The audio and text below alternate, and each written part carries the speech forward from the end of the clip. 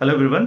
RRB ఫార్మసిస్ట్‌కి ఒక్క రోజు time ఉంది. ఈ టైంలో రివైజ్ చేయాల్సిన most important topics in jurisprudence, biochemistry, pharmacognosy ఈ మూడిటి గురించి ఈ వీడియోలో ఎక్స్‌ప్లెయిన్ చేస్తాను.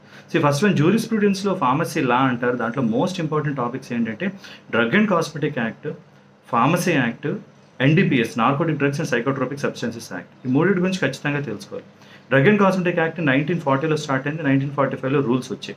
డ్రగ్ అండ్ కాస్మెటిక్ యాక్ట్ ముఖ్య ఉద్దేశం ఏంటి? To regulate the manufacture, distribution, sale and import of drugs and cosmetics. వాటిలో మనకి షెడ్యూల్స్ ఉన్నాయి. షెడ్యూల్స్ అన్నీ తెలుసుకోవాలి. షెడ్యూల్ ఏ ఏంటి, బి ఏంటి, ఎం ఏంటి, ఎన్ ఏంటి, ఇలాంటివన్నీ షెడ్యూల్స్ అన్నీ తెలుసుకోండి. అండ్ దెన్ కొన్ని సెక్షన్స్ ఇంపార్టెంట్. అంటే డ్రగ్ ఇన్స్పెక్టర్ రూల్స్ గురించి చెప్పే సెక్షన్ ఏంటి, ఇలాంటివి చూసుకోవాలి. కొన్ని ఫామ్స్ ఉన్నాయి. అంటే మెడికల్ షాప్, రీటైల్ షాప్ పెట్టడానికి ఏ ఫామ్లో వాడాలి, హోల్సేల్ షాప్కి ఏ ఫామ్ వాడాలి, ఇలాంటివి ఇంపార్టెంట్. ఇంకా కమిటీస్ ఉన్నాయి. డిటిఏబి, డ్రగ్ టెక్నికల్ అడ్వైజరీ బోర్డు. ఈ కమిటీలో మెంబర్స్ ఎవరెవరు ఉంటారు, ఎక్స్ అఫీషియో ఎవరు, నామినేటెడ్ ఎవరు, ఈ మెంబర్స్ కూడా తెలుసుకోవాలి. సో డ్రగ్ అండ్ కాస్మెటిక్ యాక్ట్లో మేజర్గా ఇది తెలుసుకోవాలి. And then pharmacy act. Pharmacy act ఎందుకు పెట్టారు 1948లో? To regulate the profession of pharmacy. ఈ ఫార్మసీ యాక్ట్లో కూడా మళ్ళీ సెంట్రల్ కౌన్సిల్ మెంబర్స్ ఎవరెవరు ఉంటారు, nominated, elected and then ex officio, వాళ్ళు ఎవరో తెలుసుకోవాలి.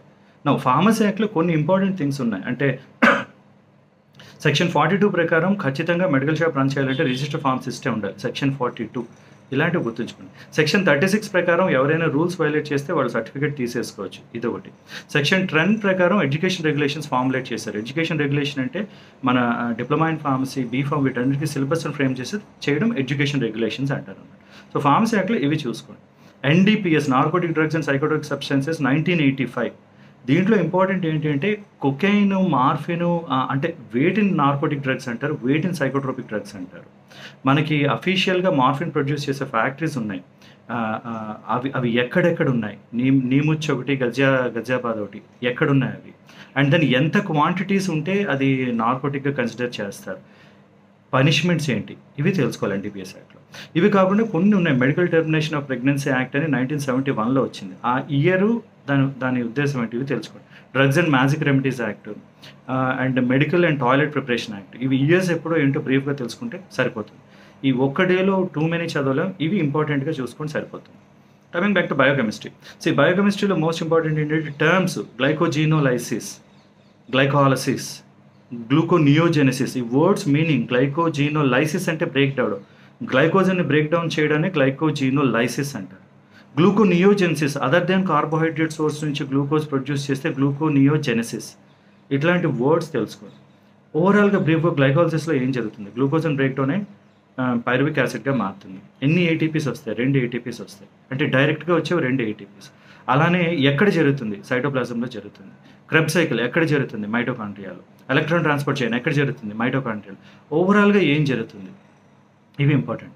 కొన్ని అబ్నార్మల్ మెటబాలిక్ డిసీజెస్ ఉన్నాయి, అవి కూడా ఇంపార్టెంటే.